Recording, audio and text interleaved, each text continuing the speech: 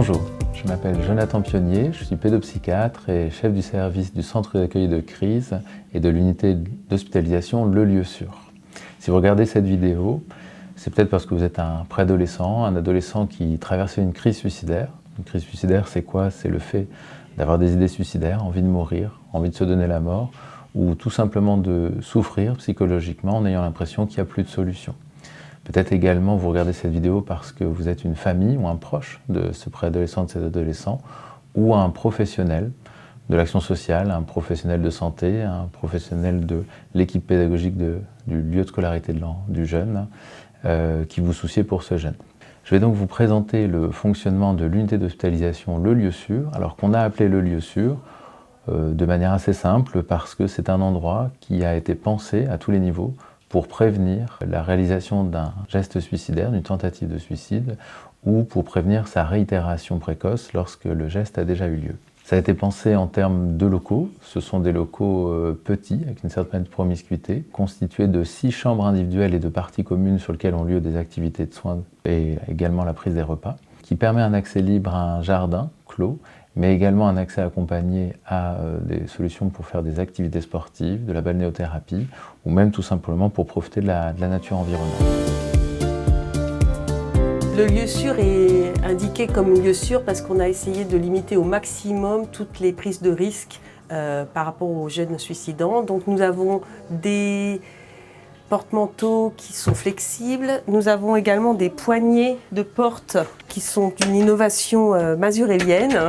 Le service technique de Mazurel qui a créé ces poignées anti-pendaison. Les couvertures bleues, ce sont des couvertures lestées, donc qui pèsent 3 kg. Les caisses correspondent aux chambres des enfants. C'est là qu'on met leur matériel en sécurité. Pour vous détailler un petit peu notre fonctionnement, donc on commence généralement par évaluer le risque d'un passage à l'acte suicidaire. Cette évaluation se fait par la détermination de facteurs de vulnérabilité, de facteurs de risque, mais également par la réalisation d'échelles comme l'auto-questionnaire d'évaluation des idéations suicidaires de Duscher, mais également lorsqu'il y a eu un premier geste, on évalue son intentionnalité objectivée par l'échelle de Beck. Suite à quoi on détermine avec le jeune et sa famille ce qui a conduit à la réalisation de ce geste.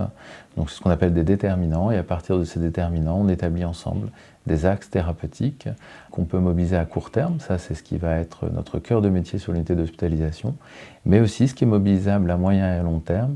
Et ça, il s'agit pour nous de se coordonner avec des structures de soins ambulatoires pour qu'ils poursuivent en continuité les soins. C'est également par l'action des professionnels qui y sont engagés. Donc l'équipe soignante est constituée d'une vingtaine de personnes qui est pluridisciplinaire, qui intègre des éducateurs, des éducatrices, infirmiers, infirmières, mais également psychologues, pédopsychiatres, assistants médico-administratifs, cadres et assistantes sociales. C'est une équipe qui a été spécialement formée à l'accueil et à la prise en charge des personnes présentant une crise suicidaire.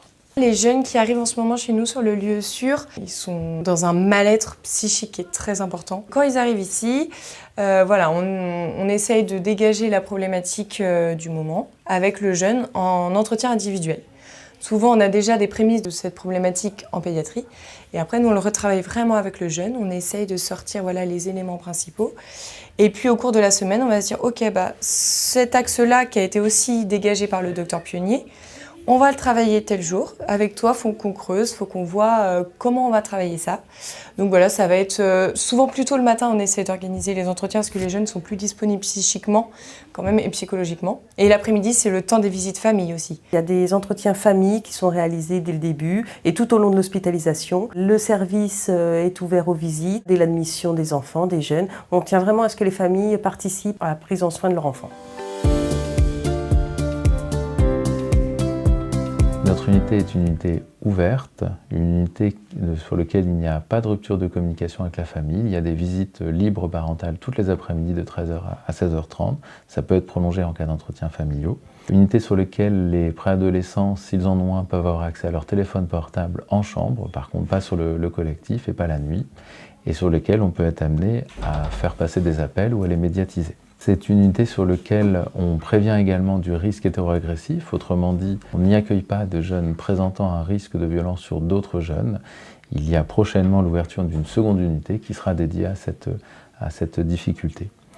Et enfin, c'est une hospitalisation qui se fait de manière courte, c'est-à-dire pour une durée qui généralement n'excède pas une dizaine de jours. Alors à l'issue de cette hospitalisation, les idées suicidaires peuvent subsister moindres qu'à l'entrée, mais on met en place également des outils de sécurisation pour permettre le retour à domicile. Par ailleurs, le retour à domicile se fait généralement avec une reprise progressive de la scolarité.